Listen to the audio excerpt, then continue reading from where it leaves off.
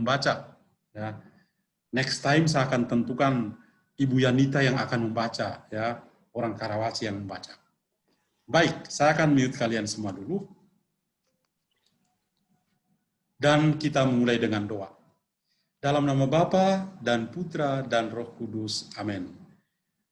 Tuhan Bapa dalam surga, syukur kepadamu untuk semua berkat yang Engkau berikan pada kami. Satu pekan perlahan-lahan kami lewati. Dan kami semua percaya bahwa Engkau senantiasa mengasihi kami. Engkau senantiasa melindungi kami. Dalam bulan Kitab Suci Nasional ini, pada malam hari ini kami bertemu lagi untuk berbagi sabda, terutama Injil pada hari Minggu biasa yang ke-26 yang akan kami dengar bersama. Semoga pendalaman iman Kitab Suci pada malam hari ini boleh berguna untuk pertumbuhan iman kami. Dan dengan demikian kami semakin akrab dan bersahabat dengan Engkau. Demi Kristus Tuhan dan pengantar. Amin. Oke, dalam nama Bapa dan Putra dan Roh Kudus. Amin. Dan sekarang saya share screen dulu. Setelah itu saya persilakan Pak Buyung untuk membaca teks yang ada di dalam di sini, ya. Supaya kita sukan.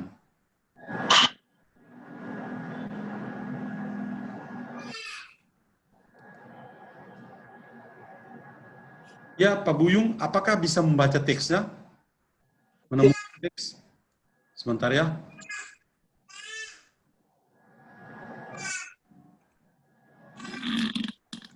Dari Injil Matius 21. Ya. Silakan dibaca. Ya.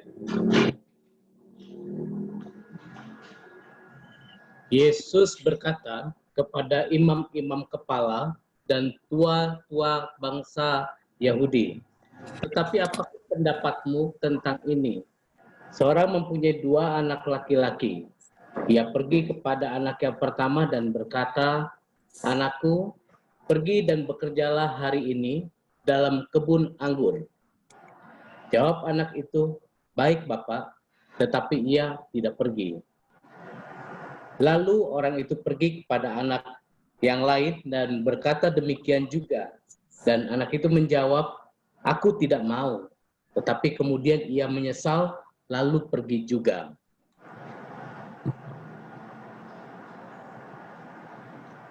Siapakah di antara kedua orang itu yang melakukan kehendak ayahnya? Jawab mereka, 'Yang terakhir.' Kata Yesus kepada mereka, 'Aku berkata kepadamu, sesungguhnya pemungut-pemungut cukai dan perempuan-perempuan sundal akan mendahului kamu masuk ke dalam kerajaan Allah. Sebab Yohanes datang untuk menunjukkan jalan kebenaran kepadamu, dan kamu tidak percaya kepadanya.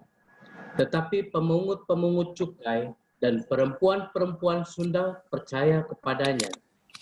Dan meskipun kamu melihatnya, tetapi kemudian kamu tidak menyesal dan kamu tidak juga percaya kepadanya." Demikianlah Injil Tuhan.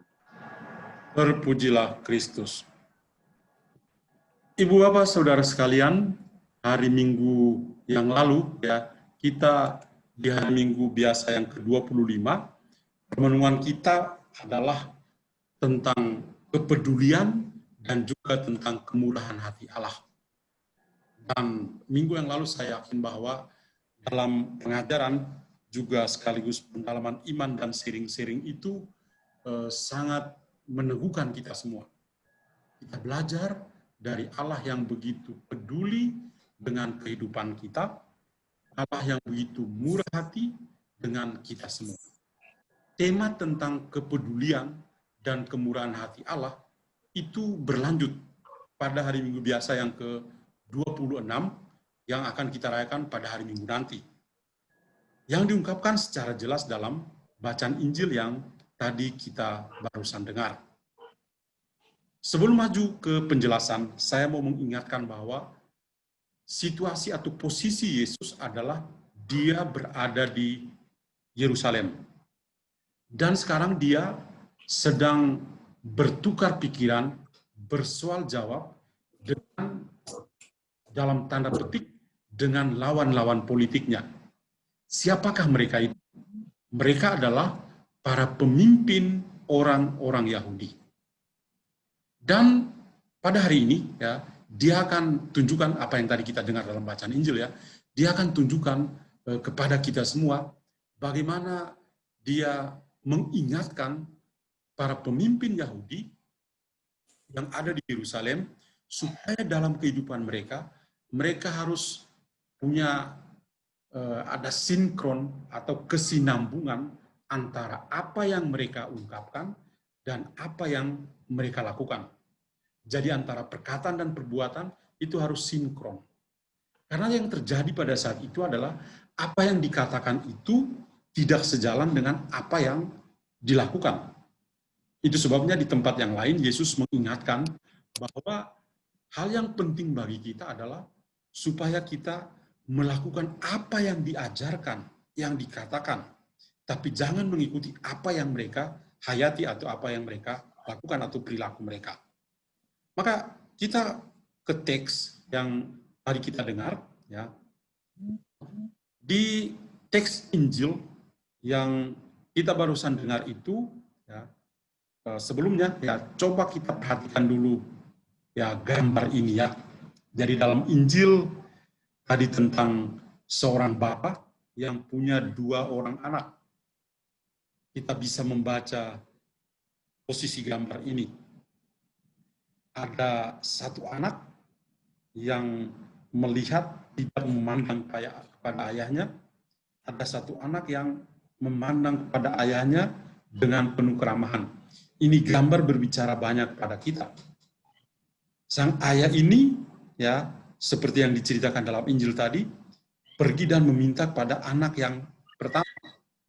Ya, anak pergi kerja di kebun anggurku.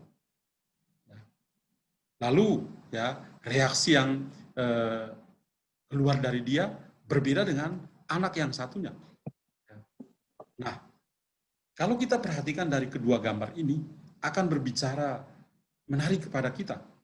Yang satunya ramah dan mengatakan ya, tapi kemudian tidak melakukan itu. Seolah-olah taat, tetapi sebenarnya tidak taat. Seolah-olah siap, tapi sebenarnya tidak siap. Seolah-olah merendahkan dirinya di depan ayahnya, tapi sebenarnya tidak.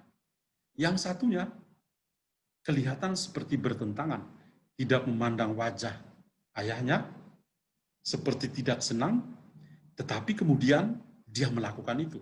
Ya, itu yang tadi kita dengar dalam bacaan Injil. Maka saya coba tampilkan gambar ini untuk membantu kita membaca gambar ini yang kiranya menggambarkan suasana bukan hanya cerita dalam Injil, tapi juga suasana kehidupan kita setiap hari, ya, dalam relasi kita dengan Tuhan. Nah, di dalam teks kita, ya, yang kita dengar ini ada 2 bagian penting, ya, ada 2 bagian penting. Bagian yang pertama adalah berupa perumpamaan, dan bagian yang kedua itu aplikasi atau penerapan dari perumpamaan ini. Nah, di bagian perumpamaan itu kita bisa lihat dari ayat ke-28 sampai ayat yang ke-31. Ya, mari kita kembali ke teks tadi untuk bisa nah, ayat 28 sampai 30 misalnya. Tadi ayat sampai 31. Jadi Tuhan Yesus sedang berbicara dengan kepala, imam-imam kepala dan juga tua-tua bangsa Yahudi. Dan cara dia berbicara kepada orang-orang ini itu dalam bentuk sebuah perumpamaan. Tapi mulai dengan sebuah pertanyaan. Ya, apa pendapat kalian sebagai imam kepala dan tua-tua bangsa Yahudi? Ada seorang yang mempunyai 2 orang anak laki-laki. Dia pergi pada anak yang pertama dan berkata, "Anakku, pergi dan bekerjalah hari ini di kebun anggurku." Anak pertama ini menjawab, "Baik Bapak." Baik Bapak, tetapi dia tidak pergi. Lalu dia pergi ke anak yang lain dan berkata, anakku pergilah kerja di kebun anggurku. Dan anak itu mengatakan, saya tidak mau, aku tidak mau. Tetapi kemudian dia menyesal. Kenapa dia tidak mau? Ya, apalagi yang menyuruh adalah ayahnya. Maka apa yang terjadi? Dia pergi juga. Maka dia yang ke-31. Siapa di antara kedua orang itu yang melakukan kehendak ayahnya? Dan mereka menjawab, tentu saja anak yang terakhir atau yang kedua. Jadi di sini ya, pada bagian perumpamaan itu dari ayat 28 sampai 31. Kemudian Tuhan Yesus untuk bisa membuka wawasan dari para pemimpin agama Yahudi ini, dia lalu berbicara kepada mereka kisah tentang kedua anak dan ayahnya ini bagaimana bisa diterapkan dalam kehidupan mereka. Ya. Maka kita lihat tadi ya di atas, dia mengatakan, aku berkata kepadamu, sesungguhnya pemungut-pemungut cukai dan perempuan-perempuan sundal akan mendahului kalian sebagai pemimpin untuk masuk ke dalam kerajaan surga. Ini memang menarik, sebentar saya akan menjelaskan ya bahwa ya Tuhan Yesus coba untuk mengoreksi cara pikir para pemimpin Yahudi yang mereka berpikir bahwa mereka sudah jadi imam-imam kepala, mereka sudah dekat dengan Tuhan ya dan sudah cukup itu. Padahal Tuhan mengatakan justru para pemungut cukai dan perempuan sundal itu yang akan lebih dahulu masuk ke dalam kerajaan Allah. Karena apa? Karena mereka itu yang bertobat. Nah, maka yang mau dikatakan di sini ya adalah bahwa kalau anak yang pertama tadi itu dia mengatakan ya di atas baik Bapak, tetapi ia tidak pergi. Ini apakah anak ini baik? Saya yakin bahwa tidak. Seolah-olah baik ya. Anak yang kedua kelihatan seperti jahat ya. Disuruh pergi kerja di kebun anggur, saya tidak mau. Tapi kemudian dia sadar, dia menyesal, dan dia pergi untuk bekerja. Ya, maka dia ini yang mendapat dari pihak Yesus. Bahkan para imam kepala dan tua-tua bangsa Yahudi juga mengakui anak yang lain ini atau anak yang kedua ini betul-betul tulus untuk melakukannya. Perumpamaan ya, bagian perumpamaan itu diawali dengan pertanyaan ya, dan diakhiri juga dengan pertanyaan. Ya, tadi pertanyaannya adalah apa pendapatmu tentang ini? Kemudian ditutup dengan siapakah di antara kedua orang itu yang melakukan kehendak Allah. Jadi ini menarik. Perumpamaan itu ada dalam bingkai dua pertanyaan.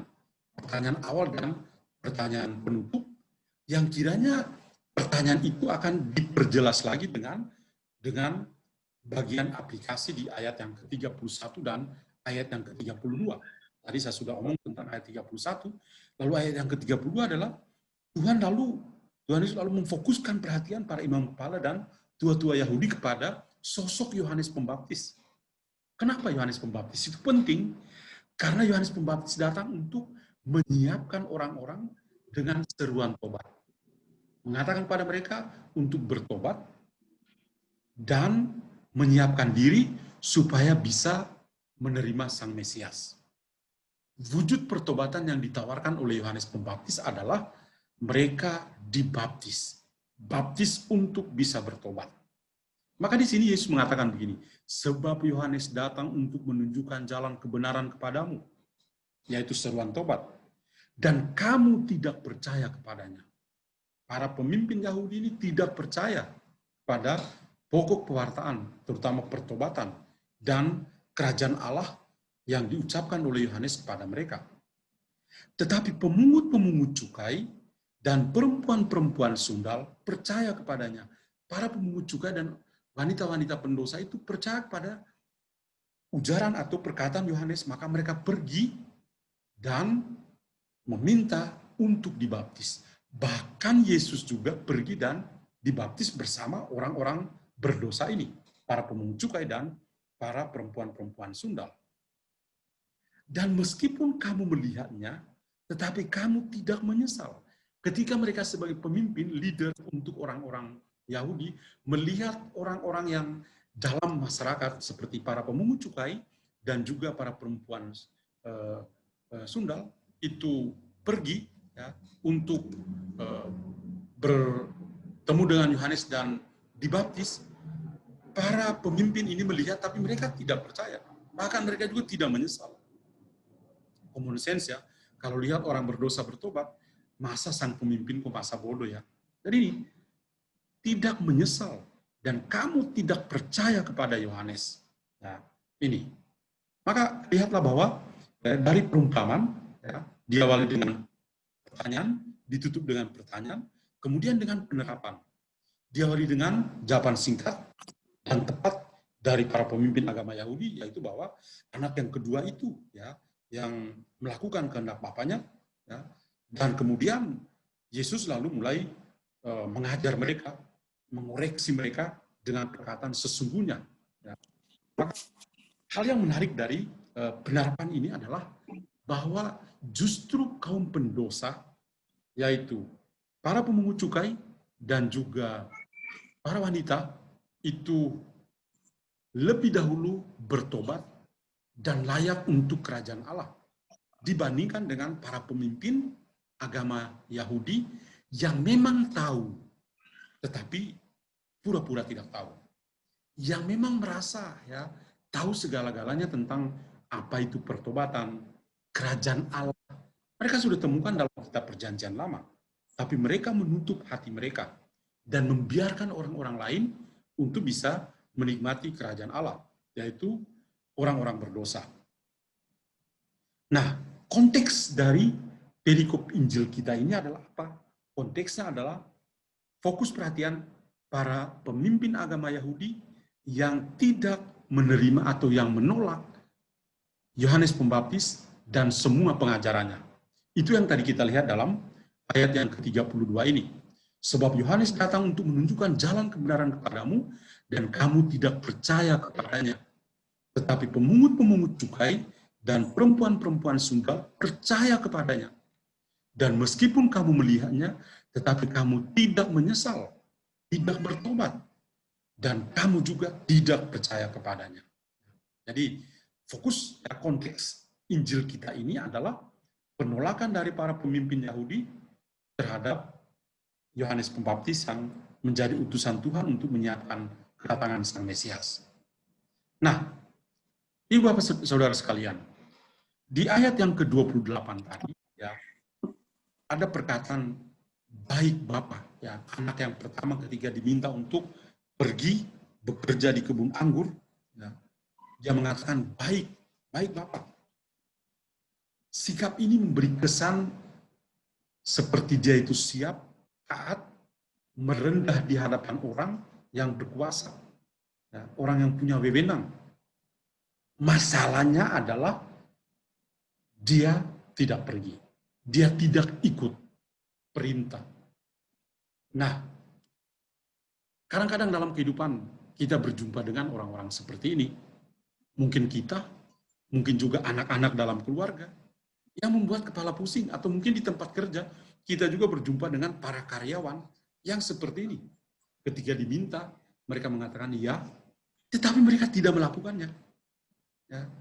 Mana yang lebih bagus?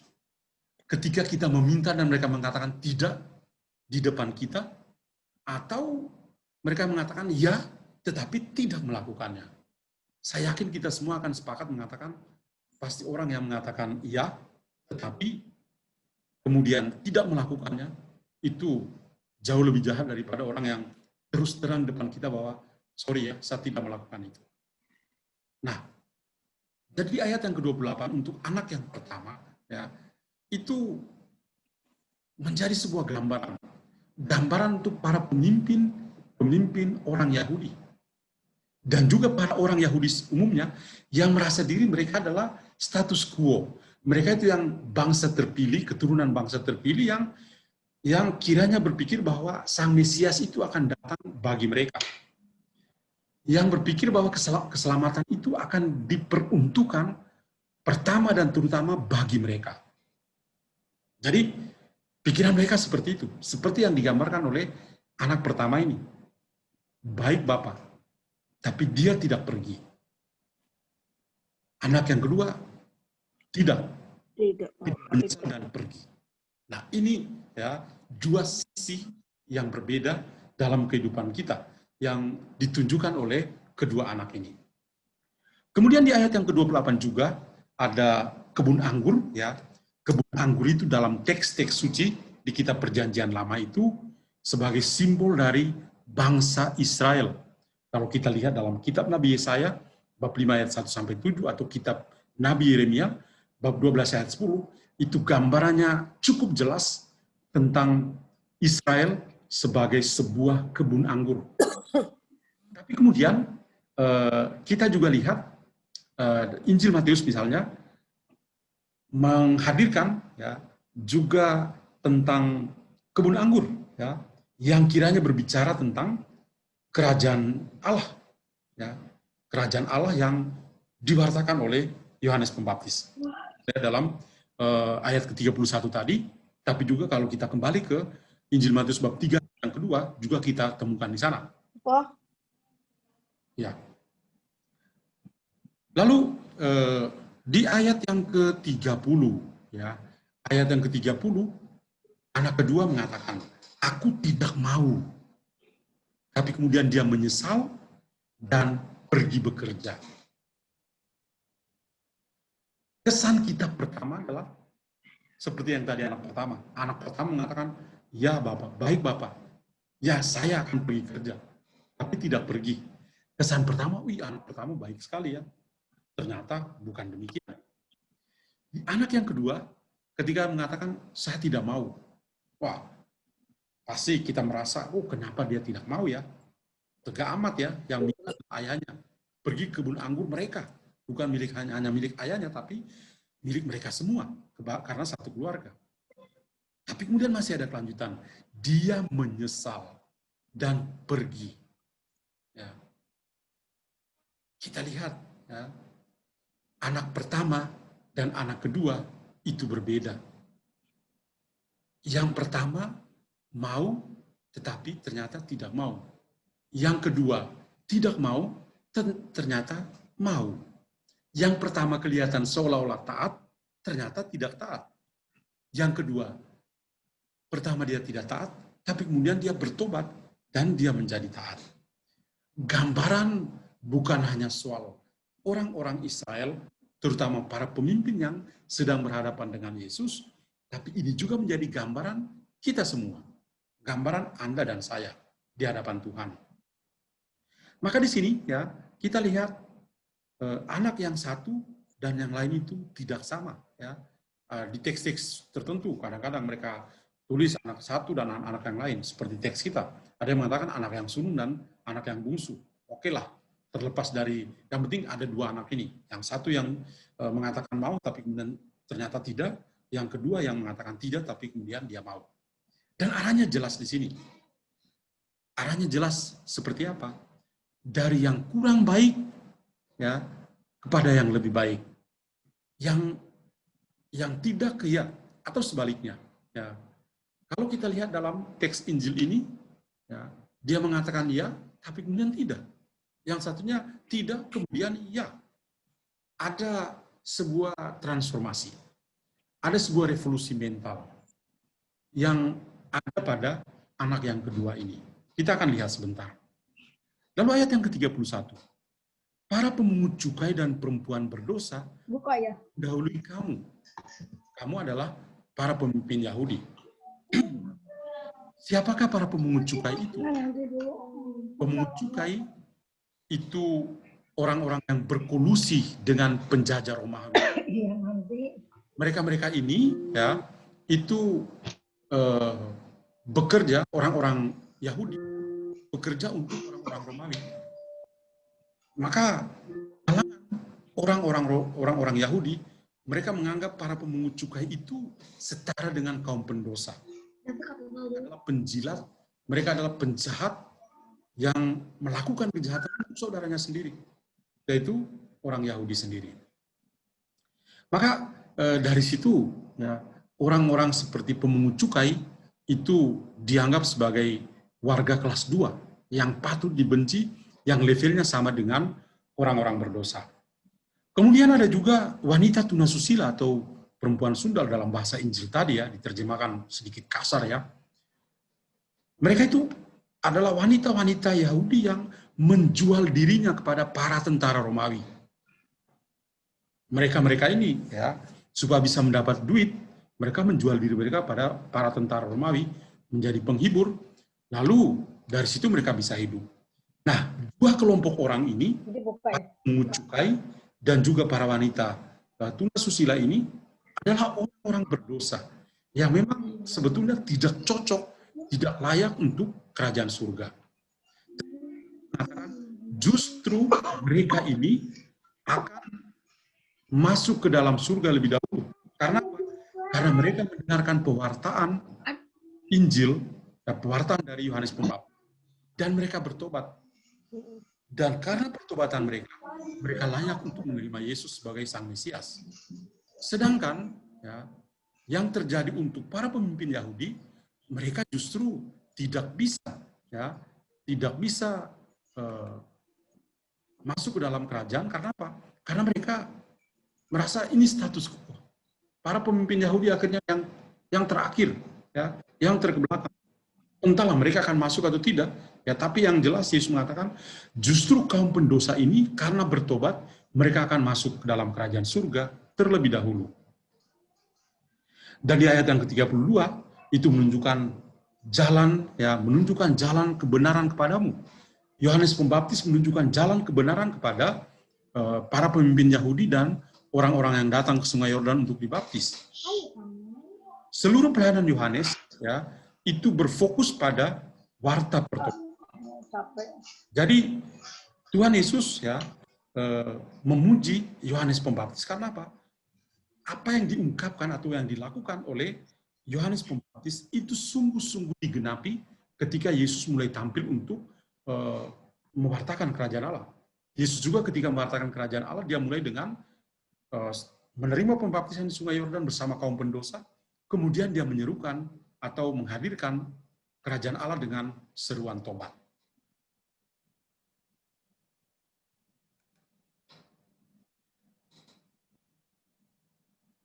Lalu Yesus juga mengatakan ini, kamu tidak menyesal, kamu tidak percaya kepadanya.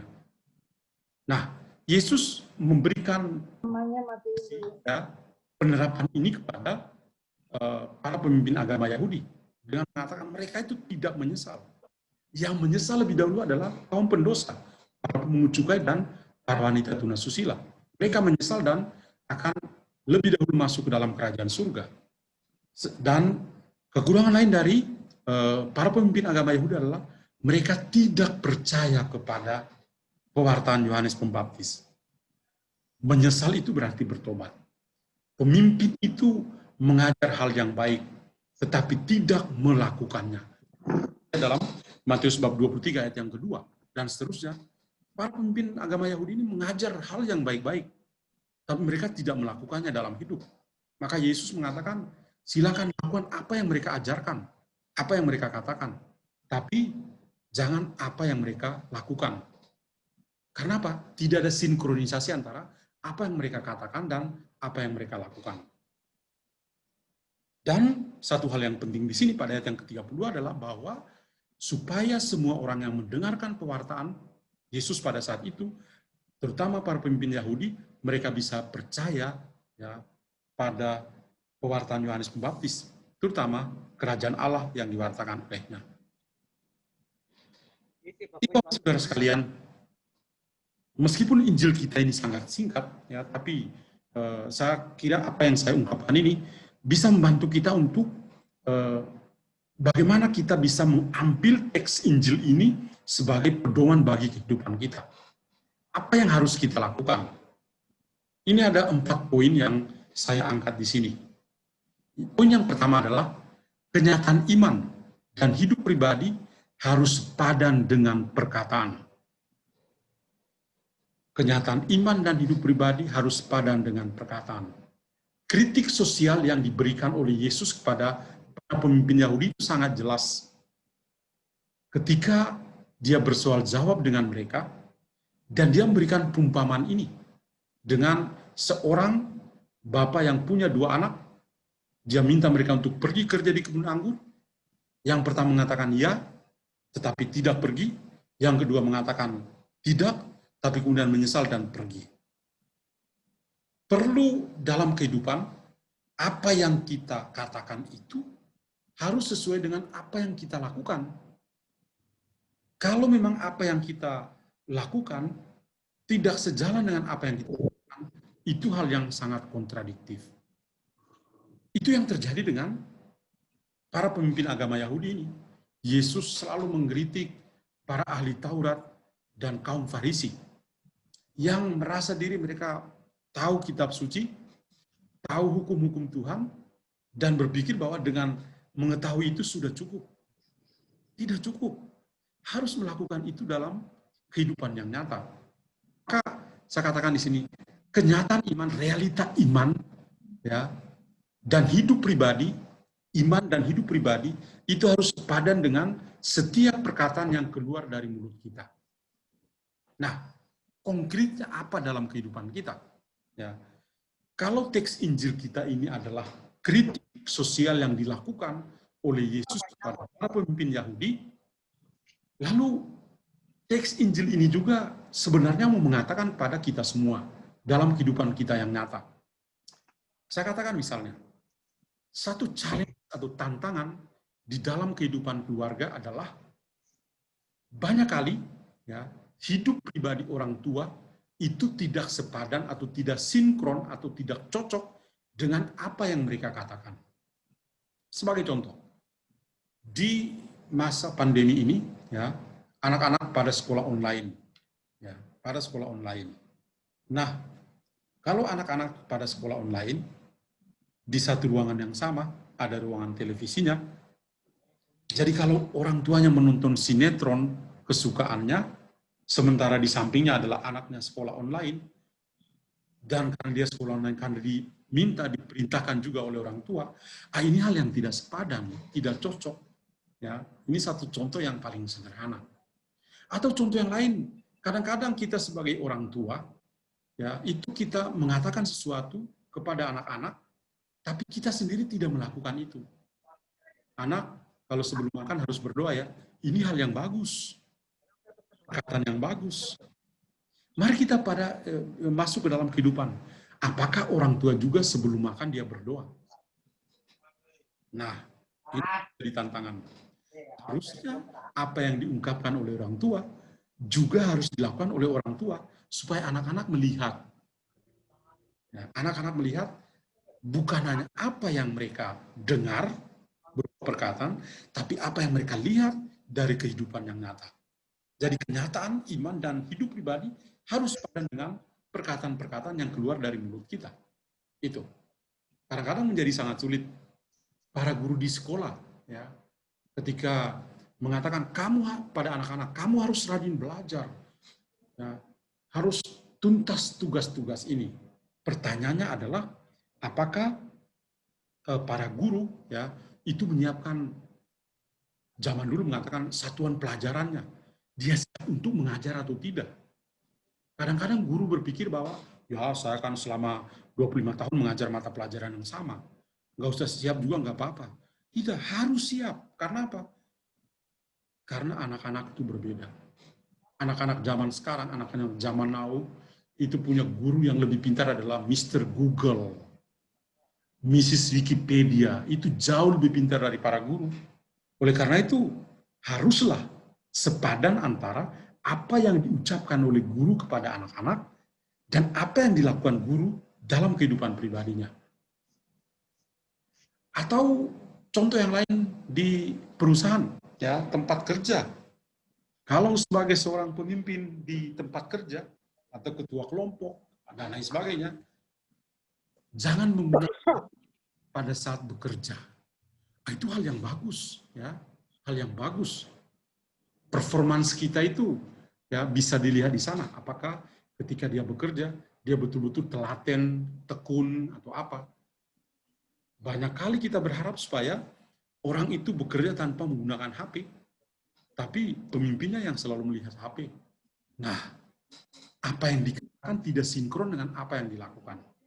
Jadi saya yakin bahwa poin yang pertama ini adalah poin yang bukan hanya sebuah kritik yang diberikan oleh Yesus kepada pemimpin agama Yahudi, tapi ini juga kepada kita semua. Bahwa banyak kali apa yang kita ucapkan itu tidak sama dengan apa yang kita hayati atau hidupi. Kenyataan iman dan kehidupan pribadi kita tidak sama dengan setiap perkataan yang keluar dari mulut kita. Pesan yang kedua adalah hal yang terpenting adalah apa? Yang dilakukan orang bukan yang dikatakan orang. Yang terpenting adalah apa yang dia katakan itu kita lakukan. Ya, sedangkan lakukan belum tentu seperti yang dia katakan. Jadi sama seperti pada poin yang pertama tadi, ya, kesadaran, kecocokan antara kata dan karya, kata dan perbuatan. Jadi yang dilakukan orang bukan yang dilakukan ya oleh orang atau oleh yang mengajarkan itu, tapi dikatakan oleh orang tersebut. Yang ketiga, ada transformasi, ada perubahan dari tidak dalam perkataan menjadi ya dalam perbuatan. Ini contoh dari anak yang kedua ini. Saya tidak mau, tapi kemudian saya melakukan.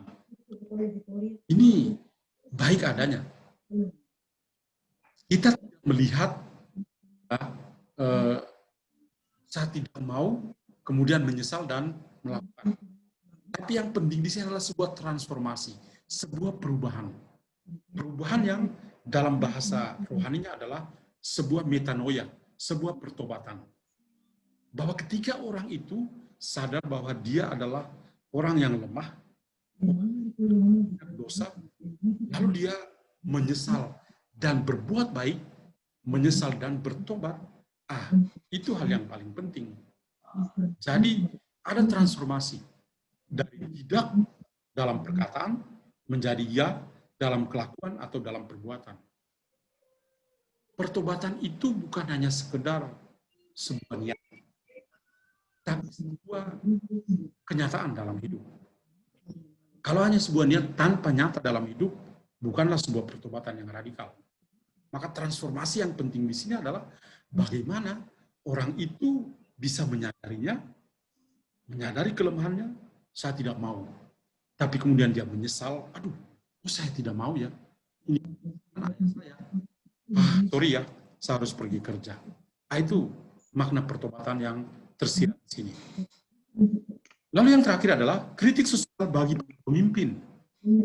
Teori itu baik, tapi kelakuan tidak sepadan.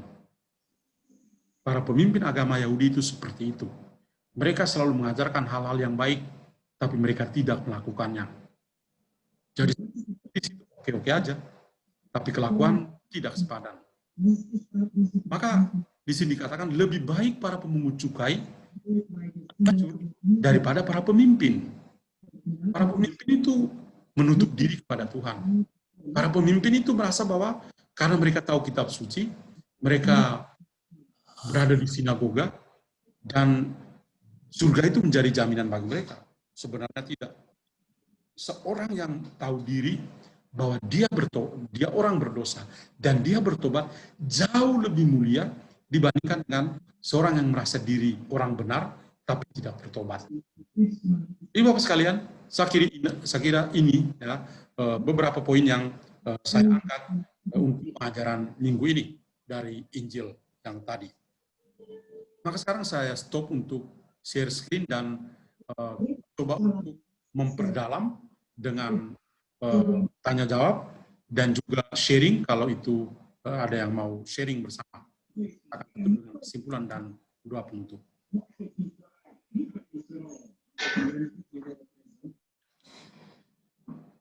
Ya, apakah ya ada yang ingin bertanya, meminta penjelasan tertentu atau apa? Saya persilakan. Aduh, bagaimana ya?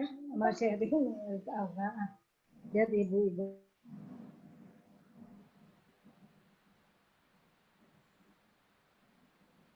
Siapa yang bisa mau bertanya? Silakan. Enggak.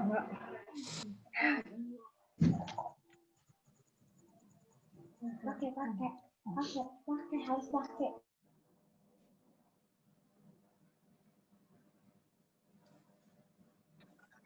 Malam, Romo. Ya, selamat malam. Ya, Selamat malam, Romo. Sebentar, ada yang tanya duluan. Siapa ya? Saya, Romo. Yang mana, yang mana? Kevin. Kevin. Gimana, Kevin? Ya, saya mau tanya, Romo. Misalnya kita habis sakramen rekonsiliasi begitu kan. Ya. Kan misalnya kita mau bertransformasi dari baik dari buruk menjadi baik. Ya. Itu apakah kita cukup dengan cuma berkata dan bertobat, tapi setelah itu kita tidak berbuat apa-apa gitu? Kan kebanyakan dari kita kan cuma, ya udahlah, selesai, udah ngomong ke Romo, tapi kita nggak minta maaf ke orang. Jadi misalnya kita lakukan kesalahan ke orang itu, misalnya. Jadi gimana, Romo?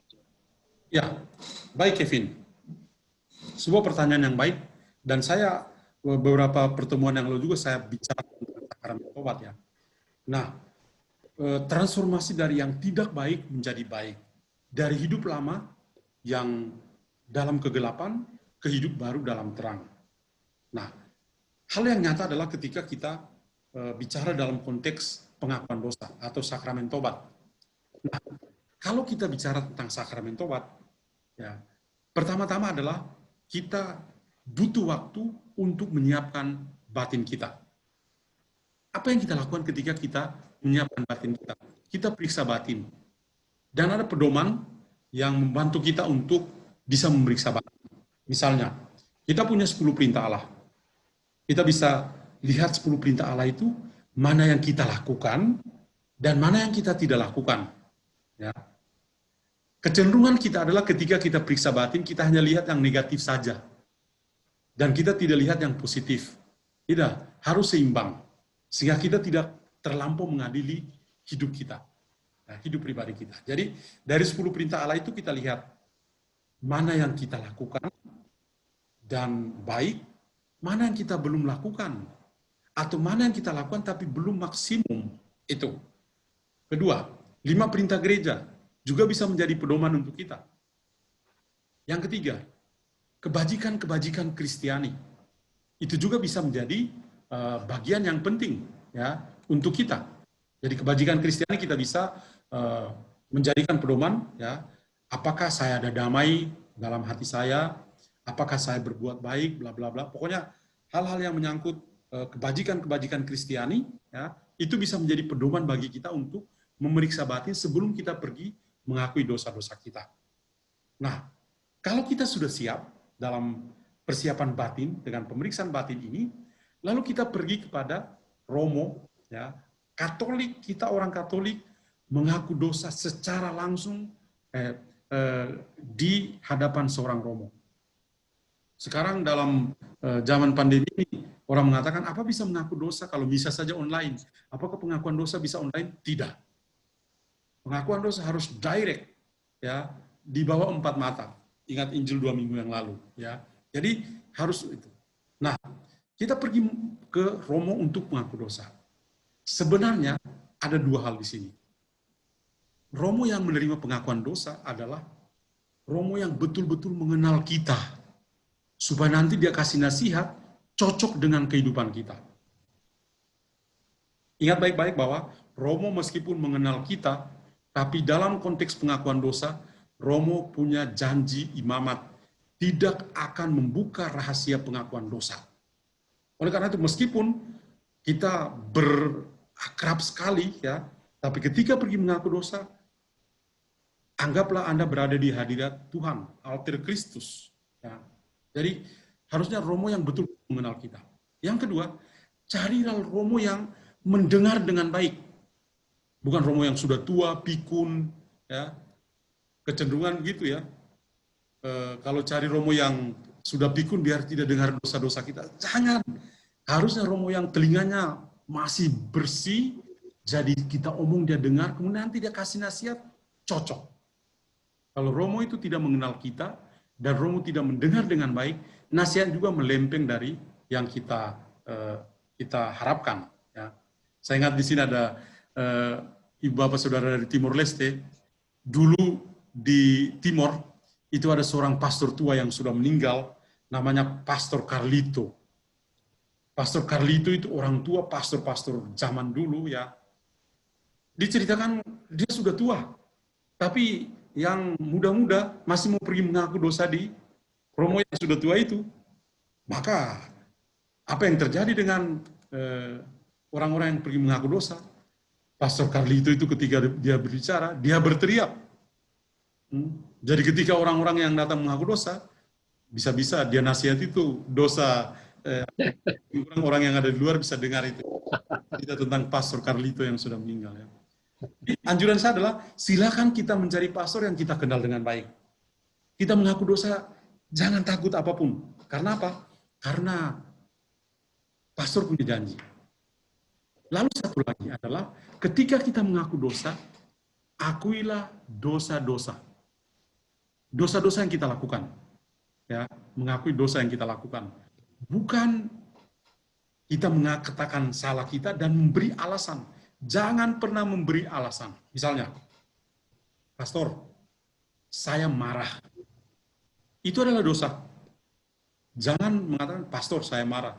Sebenarnya sih saya tidak marah. Tetapi karena anak saya itu nakal, maka saya akhirnya marah. Jangan begitu. Marah itu dosa. Ya, the capital sin.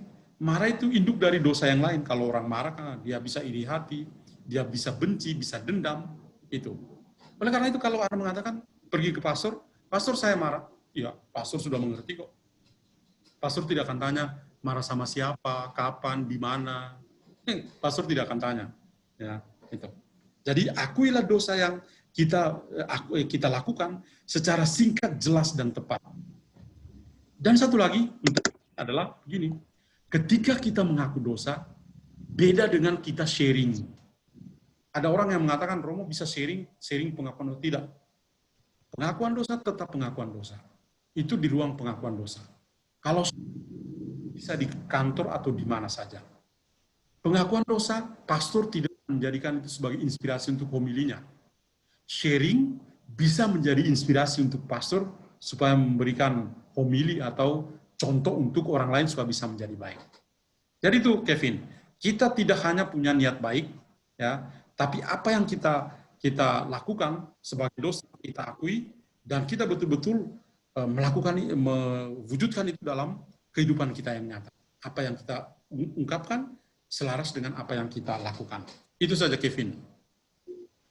Ya, terima kasih Romo. Ya. Siapa lagi? Tadi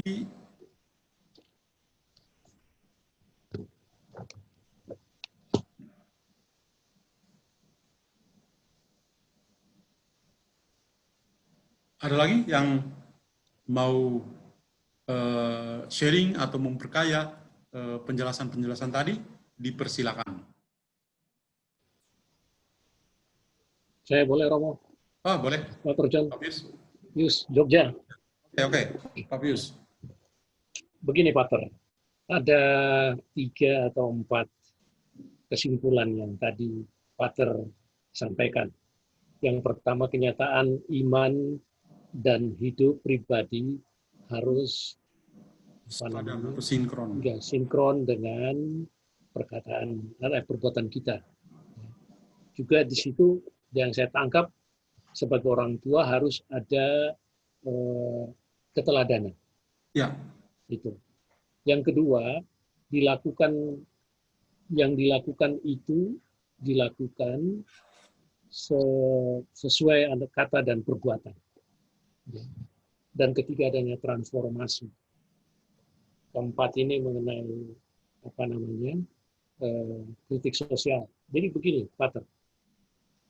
Sebagai manusia, sebenarnya saya menyadari betul bahwa Injil itu hidup dari dulu sampai sekarang.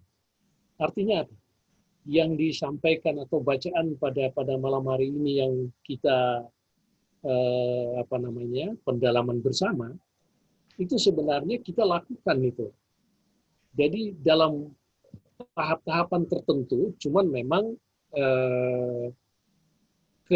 istilahnya saya itu kehidupan kita sebagai orang Katolik yang melaksanakan cara-cara kehidupan orang Farisi yang dikritik oleh Tuhan Yesus itu kan berbeda, kualitasnya berbeda. Karena pada saat tertentu mungkin sangat lebih jahat dari apa yang dilakukan oleh orang Farisi. Tetapi juga dalam tahap-tahap tertentu tentunya lebih baik. Nah, ini yang saya rasa dan saya alami.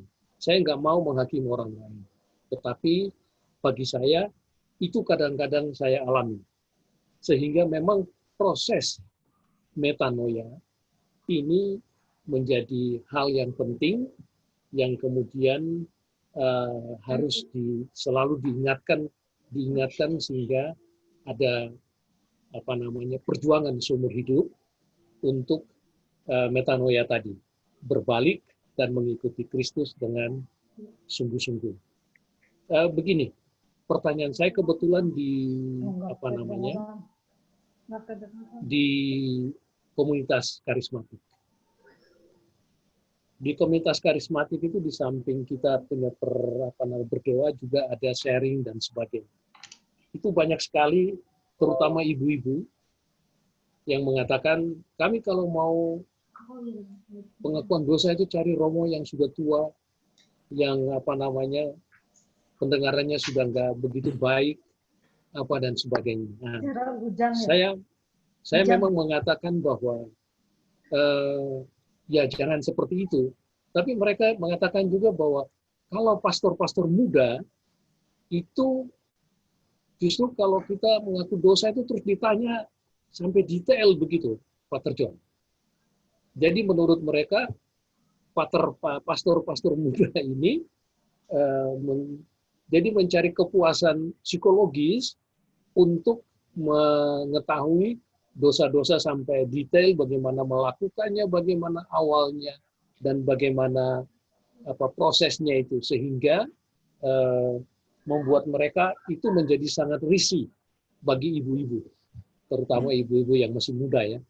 Ini Pater. Jadi ini bagaimana penjelasan kepada mereka? Karena mereka merasakan kami itu risih sekali itu kalau datang dengan pastor muda terus kemudian dia akan bertanya sampai mendetail malah prosesnya dan seterusnya, sampai kadang-kadang kami itu malu untuk mengaku dosa lagi begitu. Walaupun dalam diskusi kita katakan ya jangan, itu kan yang berhadapan itu bukan dengan pastor tapi dengan romo. Nah, pertanyaannya itu begini, Pater. Tadi saya katakan bahwa saya pribadi atau siapapun, terutama saya nggak mau menghakimi orang, tetapi saya 4 hal ini kadang-kadang itu menjadi timbul tenggelam di dalam kehidupan pribadi kita. Nah, hal-hal apa saja yang dapat mendorong kita untuk kemudian dapat berperilaku agar sesuai dengan 3 atau 4 kesimpulan tadi yang Pater sampaikan. Terima kasih, Pater. Ya, baik, Om Bius dari Jogja. Saya mau mengatakan tentang sakramen tobat terlebih dahulu ya. Kalau seandainya ada romo-romo, tadi katakan romo-romo muda, ya, tapi saya mau secara umum mengatakan, kalau seandainya ada romo-romo yang ketika ada orang mengaku dosa, dan dia bertanya atau mencari penjelasan lebih lanjut dari orang yang mengaku dosa, itu berarti romo itu mungkin dulu waktu kuliah tentang sakramen tobat, dia bolos. Atau mungkin dia sempat tidak lulus ya. Gitu. Seharusnya begini, ketika seorang datang mengaku dosa, dan dia mengatakan dosanya, saya tidak punya hak untuk bertanya kepada dia. tentang tempus, tentang waktunya, tentang subjek yang lain, siapa, ya, yang lain itu yang terlibat dalam dosa, tidak. Ketika dia mengakui dosa, saya harus mendengar apa adanya. Kecuali ketika dia omong tapi tidak jelas. Saya boleh bertanya kepada dia, kira-kira tadi kamu omong apa? Ya. Nah, atau misalnya ketika seorang anak, ya, anak di bawah umur yang mau komuni pertama, dia mengaku dosa dan dia mengatakan, saya berbuat cabul. Nah, Romo bisa bertanya kepada anak itu, tapi bukan untuk memojokkan dia, tapi hanya untuk memperjelas maksudmu tentang berbuat cabul itu apa. Nah, kalau dia sudah berbicara mengarah pada hal yang kita pahami tentang berbuat cabul, oke lah, langsung stop, tidak usah lanjut. Tapi kadang-kadang anak-anak itu mungkin karena pengetahuan yang dia bawa dari rumah, mungkin ketika satu anak laki-laki dan perempuan duduk berdekatan, ya, langsung bilang itu, kalau laki-laki dan perempuan duduk bersama itu berbuat cabul. Ada kalanya anak-anak sangat polos dan berpikir seperti itu. Maka hal yang dilakukan adalah Romo harus meluruskan supaya anak itu. Tapi umumnya kalau orang-orang dewasa, diharapkan supaya Romo itu tidak perlu atau tidak punya hak untuk bertanya lebih lanjut tentang dosa yang diakui. Satu orang datang mengatakan, pastor saya korupsi. Ya korupsi itu dosa. Pastor tidak bisa bertanya, kapan kamu lakukan itu? Di kantor yang mana? Berapa yang kamu korupsi? Lalu apa yang sudah kamu? Tidak. Pastor tidak punya hak untuk itu. Ya. Atau misalnya ibu-ibu muda datang mengaku dosa dengan kehidupan mereka, mungkin relasi sebagai di dalam keluarga sebagai suami dan istri, ketika dalam pengakuan dosa, Romo tidak punya hak untuk bertanya lebih dalam tentang relasi itu. Ya, tidak. Bahkan ketika misalnya bukan dalam konteks pengakuan dosa, tapi dalam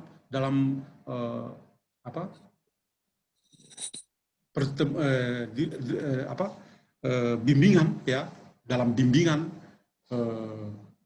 atau konseling keluarga, ketika misalnya suami dan istri berbicara melampaui batas dari kehidupan kami sebagai imam, kami akan mengatakan ini bukan daerah saya, domain saya bukan ini. Saya akan merujuk Anda pada psikologi keluarga atau pada konselor keluarga, yaitu mereka yang suami dan istri yang mengerti tentang ini. Sedangkan saya tidak mengerti tentang itu, maka lebih ke Anda ke sana. Jadi Romo tidak boleh memaksa diri untuk menjelaskan apa yang sebenarnya Romo bukan domainnya Romo itu. Ya. Jadi itu kalau dalam konteks counseling keluarga. Ya. Apalagi dalam konteks pengakuan dosa, Romo tidak punya hak untuk menjudge atau mengadili umat yang datang mengaku dosa, tapi justru Romo itu duduk dalam posisi Allah yang Maha Rahim, seorang Bapa. Ketika kita mengaku dosa, kita mengatakan, Bapa berkatilah aku sebab saya ini orang berdosa. Kita tidak mengatakan ya siapa, tapi kita memanggil Romo itu sebagai Bapa. Ya. Kemudian hal apa yang bisa kita lakukan supaya ya, bisa berpegang pada teks Injil tadi? Ya, kita harus punya komitmen. Komitmen pribadi kita harus jelas. Apa yang saya ungkapkan sebagai orang tua atau sebagai pemimpin, yang saya katakan ini harus sinkron dengan apa yang saya lakukan. Saya misalnya mengatakan pada anak-anak, ya, anak-anak kalau di ruang makan itu jangan bawa HP. Tidak baik kalau sambil makan kamu main HP di depan orang tua atau siapa. Itu hal yang bagus sekali. Saya itu kasih jempol deh kalau ada orang tua yang ngomong gitu. Tapi saya akan menyesal ketika orang tua mengatakan pada anak-anak supaya jangan main HP, tapi dia sendiri di ruang makan dia masih terima HP, terima panggilan atau teks dan lain sebagainya. Tidak sinkron dengan apa yang dilakukan. Jadi Om Pius, bagi saya yang penting adalah komitmen saya. Saya punya komitmen bahwa apa yang saya omong juga sesuai dengan apa yang saya lakukan. Kenapa? Orang akan mengingat bukan hanya apa yang mereka dengar, tapi apa yang mereka lihat. Yang mereka lihat itu kena dalam kehidupan mereka. Zaman ini ya anak-anak itu ya malas untuk mendengar. Kalau omong terlalu panjang mereka malas dengar. Karena mereka sudah baca di Google juga, mereka sudah baca kok. Bahkan lebih bagus, lebih canggih lagi. Ya. Tapi mereka akan terpesona ketika melihat hidup yang nyata. Oh ya, ayah saya omong begini, dia memang seperti itu. Jadi saya harus malu dong. Kalau ayah saya omong dan dia lakukan, saya juga harus seperti ayah saya. Itu Om Pius. Jadi satu kata kunci adalah komitmen. Ya, Prof. Ada lagi?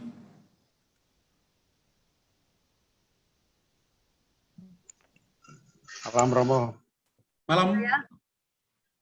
Ya, saya mohon maaf tadi ada terlambat sedikit. Ya. Saya terlambat di bacaan firman tadi, tapi saya sempat baca sedikit. Firman ini saya bisa merefleksikan nilai-nilai yang saya dapatkan tadi. Yang pertama mungkin transparan ya. Gambaran dua anak tadi itu jelas sekali. Kalau anak kedua itu kan dia sudah jelas menyampaikan apa adanya bahwa penolakan itu terjadi, yang kamu lakukan. Tetapi yang lebih hebat lagi bahwa di saat itu penyesalan itu juga muncul, sehingga melakukan penyesalan itu pertobatan dia melakukan tugas tanggung jawabnya itu. Cuman untuk anak yang pertama ini memang sungguh luar biasa, transparan, tidak melakukan pertanggungjawaban dengan jelas kepada orang tuanya atau pada pemimpinnya, dan itulah sayangnya bahwa dia tidak mengeksekusi perintah dan tanggung jawab itu. Terkadang saya merenung begini, di kerjaan atau di rumah, apakah karakter anak yang pertama ini pada saat melakukan perintah dan tanggung jawab kepada dia itu, saya sampai jangan-jangan pada saat itu dia lagi lapar kali, sehingga dia tidak merespon dengan positif. Itu saya berpikir begitu. Kadang sebagai orang tua atau sebagai pemimpin tidak bisa menjudge langsung kepada anak itu. Mungkin kesalahan juga bisa pada diri saya atau pada orang tua atau pada pemimpin. Apakah selama itu bentuk perhatian juga perlu kita bisa evaluasi dari segi itu. Sehingga dari kedua karakter anak ini memang saya melihat bahwa respon mereka udah beda jauh sekali. Anak yang pertama, istilahnya ya bagi saya asal bapak senang aja lah, jawab aja dulu. Yang penting saya ada mau eksekusi, itu luar biasa. Padahal kerinduan saya sebagai pemimpin atau sebagai orang tua paling tidak ada eksekusinya. Hasilnya apa? Tapi ini masalahnya hasilnya nggak ada. Ini jujur aja saya sebagai orang tua atau sebagai pemimpin pasti kesel juga. Tetapi kekesalan saya itu saya belajar supaya jangan sampai menjadi beban untuk jadi traumatis. Saya belajar itu dan merefleksikan jangan-jangan sumber masalah ada di diri saya sebagai orang tua atau sebagai pemimpin. Jadi nilai-nilai yang saya petik malam ini saya belajar bersyukur bahwa transparansi, accountability, pertanggungjawaban itu penting. Artinya eksekusi. Saya merindukan itu. Di kerjaan pun begitu. Kadang saya kejar anak-anak, teman-teman, kita tidak usah marah-marah, tetapi nanti hasil akhir kita lihat KPI aja lah. Kita akan evaluasi. Mana yang asal bapak senang, mana yang benar-benar bekerja. Dari situ memang menjadi nilai untuk saya hari ini bersyukur, puji Tuhan, bergabung untuk bisa saling memperkaya semangat dan kehidupan kita. Ya, transparansi, accountability, integritas tadi. Kejujuran itu penting. Saya masih ingat kata-kata Ahok tadi itu. Saya baca di sebuah media bahwa loyalitas dan kejujuran itu tidak ada sekolahnya. Luar biasa itu. Menyentuh hati saya. Bahwa ya saya termasuk anak perantauan juga. Jadi kejujuran itu ya kalau sudah ditanamkan dari orang tua di kampung halaman, kita harus bawa kemana aja kita pergi. Ya itulah yang kita harus persembahkan atau kita buktikan bahwa kita harus belajar untuk jujur di setiap kita diberikan tugas dan tanggung jawab di dalam kehidupan ini. Saya rasa refleksi sedikit dari nilai itu yang saya bisa sampaikan di malam hari ini buat kita semua yang ada di komunitas tempat ini. Terima kasih, Romo. Oke, Pak Lukas, luar biasa ya. Ikut memperkaya refleksi kita malam hari ini. Saya mengatakan satu dua hal begini. Yang pertama adalah sosok Bapak yang ada di teks Injil tadi, itu seorang Bapak yang baik, Bapak yang luar biasa. Ketika dia minta anak pertamanya, anak pergi kerja di kebun anggur, dia mengatakan ya dan tidak pergi. Bapak ini juga tidak marah-marah, ya. Bapak ini juga tidak marah-marah.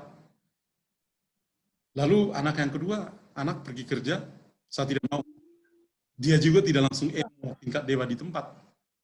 Tapi dia begitu tenang, ya.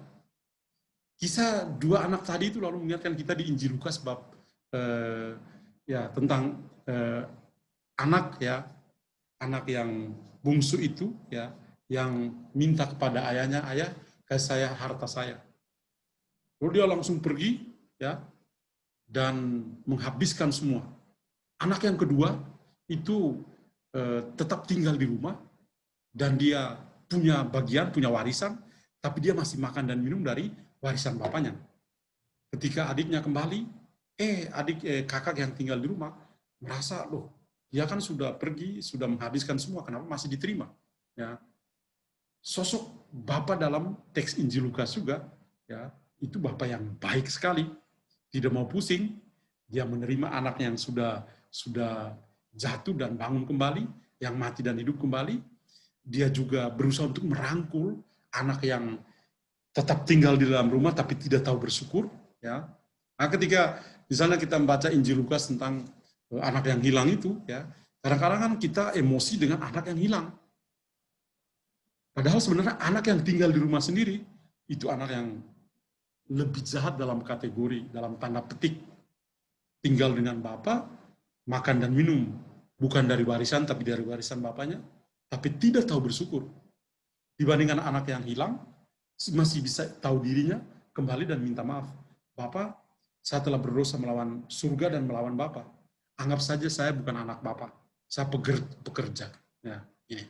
Demikian juga teks ini yang tadi kita dengar. Bapak itu luar biasa. Ya. Dia ketika anak yang pertama mengatakan ya, tapi tidak pergi, tidak melakukannya, asal Bapak senang, Bapak juga tidak pusing. Dia mengerti, dia peduli. Ya. Dan itu yang Bapak yang murah hati seperti itu. Allah yang Maha Rahim itu gambarannya seperti itu. Kemudian anak yang kedua mengatakan tidak, tapi kemudian dia menyesal, dia bertobat dan dia mau berubah. Nah, itu juga luar biasa. Ketika dia mengatakan tidak, Bapak juga tidak langsung marah di tempat. Kamu anak yang tidak taat dan lain sebagainya. Maka saya setuju dengan apa yang Pak Lukas sampaikan tadi. Mungkin di dalam keluarga itu Bapak Ibu ya atau Oma dan Opa itu kalian lebih mengenal karakter setiap anak. Tidak semua anak itu sifatnya sama. Oleh karena itu kalian yang lebih kenal. Kepada anak yang satu, kita bisa koreksi langsung di tempat. Ke anak yang satu, kita harus cari waktu dulu, baru kasih koreksi dia. Itu baru masuk. Anak yang satu, kalau kita koreksi langsung di tempat, dia akan melawan. Dia tidak akan menerima. Kelihatan akur-akur saja, tapi sebenarnya dia punya luka batin. Nah, jadi, itu sebabnya, ya sebagai orang tua, kalian lebih tahu tentang karakter dari anak-anak. Demikian juga di tempat kerja. Kalian sudah bekerja sudah cukup lama, maka tentu tahu plus minusnya setiap orang, karakter setiap orang pasti berbeda-beda. Oleh karena itu, bagaimana kita memberikan koreksi kepada dia, bagaimana kita membantu dia untuk bisa punya transformasi, itu penting sekali. Jadi, dari pihak kita perlu untuk mengenal lebih dalam, dan dari pihak yang lain juga perlu kerjasama supaya bisa mewujudkan itu. Terima kasih Pak Lukas ya untuk sharing dan menambah kekayaan permenungan kita. Ibu Bapak sekalian, ini sudah 1 jam 10 menit ya. 1 jam 10 menit kita sepertinya waktu kok cepat sekali ya. Ya. Maka kalau tidak ada lagi ya, kita akan ketemu lagi pada hari Jumat mendatang untuk refleksi selanjutnya. Nanti dalam bulan Maria, saya juga akan siapkan satu kesempatan, satu hari yang lain untuk kita khususkan pengajaran tentang Bunda Maria nanti di bulan Oktober. Jadi sistemnya seperti ini, saya akan mengambil topik tertentu tentang Bunda Maria, memberikan penjelasan, kemudian nanti bisa sharing-sharing tentang Bunda Maria. Di samping Injil ini kita lanjutkan, ya. Maka saya juga mengucapkan ya limpah terima kasih untuk partisipasi ya Bapak Ibu sekalian yang setia mengikuti program ini, ya. Berharap bahwa pengajaran-pengajaran seperti ini ya bisa berguna untuk membantu pertumbuhan iman. Ya, kita masih dalam masa pandemi, mungkin tidak bisa ikut misa offline, tetap online, maka saya berusaha untuk membagi waktu saya untuk membagi firman, ya. Juga kita di bulan Kitab Suci Nasional ini semoga bisa berkenan, ya. Dan saya yakin bahwa Ibu Bapak sekalian, ya, banyak yang saya lihat nama saya kenal, ya. Banyak yang saya tidak kenal juga, ya. Tapi mungkin Ibu Bapak sekalian selalu membaca tulisan-tulisan saya hampir setiap hari, atau mengunjungi website saya untuk membaca tulisan-tulisan di sana.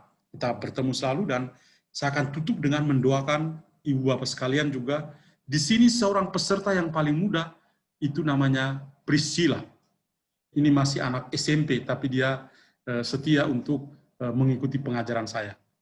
Priscilla, dia tidak mendengar. Baik, mari kita berdoa. Dalam nama Bapa dan Putra dan Roh Kudus. Amin. Tuhan, syukur kepadamu untuk sabda yang kami dengar dan kami bagikan pada malam hari ini. Syukur kepadamu untuk semua sharing pengalaman dari sabda yang kami dengar, dan kami merasa semakin diperkaya satu sama lain. Bantulah kami, semoga sabda yang tadi betul-betul hidup, betul-betul menjadi nyata dalam perbuatan-perbuatan kami. Mohon berkat-Mu untuk kami semua ya Tuhan, untuk istirahat malam hari ini, semoga Engkau melindungi kami semua. Tuhan, jauhkanlah kami juga dari mara bahaya, dari sakit penyakit yang ada di hadapan kami. Semoga Engkau tetap melindungi kami semua dan membebaskan kami dari kuasa-kuasa kejahatan apapun. Terima kasih Tuhan, nama-Mu kami puji kini dan sepanjang masa. Amin. Tuhan, kamu dan serta-Mu juga. Semoga kita semua senantiasa dilindungi dan diberkati oleh Allah yang Maha Kuasa, Bapa dan Putra dan Roh Kudus. Amin. Amin. Baik, terima kasih banyak ya Ibu Bapak sekalian. Selamat malam semua ya. Selamat malam, Pater. Ya. Dari Jogja. Ya. Terima kasih. Selamat Malam malam. Romo. Selamat malam ya. Boa noite, amo. Boa noite, Maeng. Wih, Timur-Timur ini. Timur Dari Leste ya. Timur Leste, iya. Mantap. Selamat malam Timur Leste. Terima kasih. Selamat malam juga, Romo, Jakarta. John. Iya. Oke, baik. Oke, Kita Pastor. ketemu lagi ya. Terima kasih Bu Heni. Tuhan berkati selalu ya. Amin. Amin.